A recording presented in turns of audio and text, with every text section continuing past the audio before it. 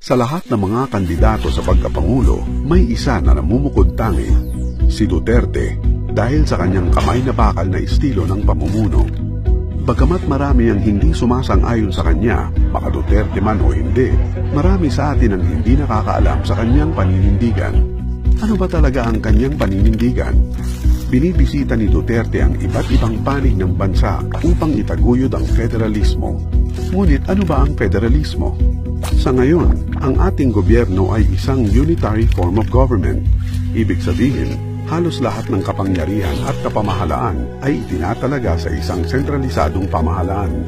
Isang aspeto nito ay ang mga kita at pondo ng bawat rehiyon ay mapupunta lahat sa sentralisadong pamahalaan. At mula doon, ang budget ay itinamamahagi pabalik sa bawat rehiyon batay sa halaga na itinakda ng pamahalaan.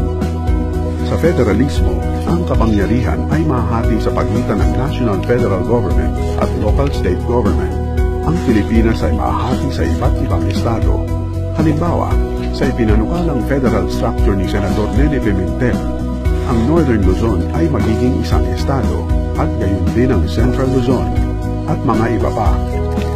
Bawat estado ay mapapanatili ang 80% ng kanilang kita at pondo at 20% lamang ang mapupunta sa Federal National Government. Mula sa 80% ng bawat estado, ang 30% nito ay mapupunta sa Local State Government at 70% naman sa mga probinsya, lungsod, munisipalidad at barangay. Bawat estado ay mayroong sariling hanay ng mga senador at mga kinatawan. Ang legislative powers ay hahatiin sa pagitan ng National Federal Government at Local State Government.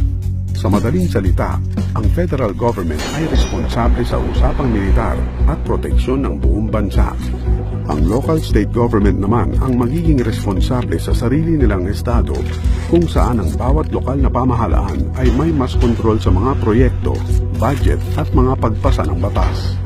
Ang Pilipinas ay may 7,107 na isla.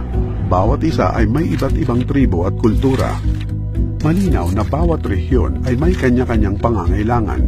Sa mga panahon ng kagipitan, ang matuloy na pagtugon ay ilang beses nang hindi nakamtan dahil ang mga pasilidad, teknolohiya at ang pondo ay nakatutok lamang kung saan matatagpuan ang centralized government. Malimit na tayong nabigo ng unitary form of government.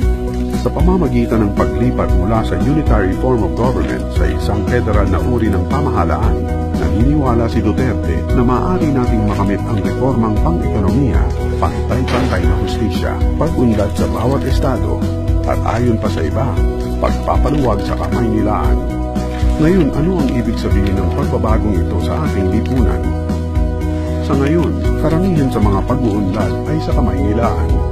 Sa pamamagitan ng federalismo, ang pag-unlad ay may babahagi sa buong bansa. Ang Malacanang at Korte Suprema ay pawang matatagpuan sa Maynila. Ang Senado ay sa Pasay at ang Kongreso naman ay nasa lungsod ng Quezon. Lahat ng mga ito nasa Luzon. Sa federalismo, lahat ng mga sangay ng pamahalaan ay ipapamahagi sa iba't ibang estado sa buong bansa. Bagamat may sari-sariling kalamangan at kahinaan ng bawat uri ng gobyerno, naniniwala si Duterte na ang federalismo ay angkop sa ating bansa batay sa ating geographical at kultural na sitwasyon. Bilang isang botante, hinihikayat namin ang lahat ng Pilipino na maging impormado at maging edukado sa mga usapin ng bansa at na bumoto ng tama. Pag-aralan ng plataforma ng bawat kandidato at piliin kung ano sa tingin mo ang nararapat sa ating bansa ngayon.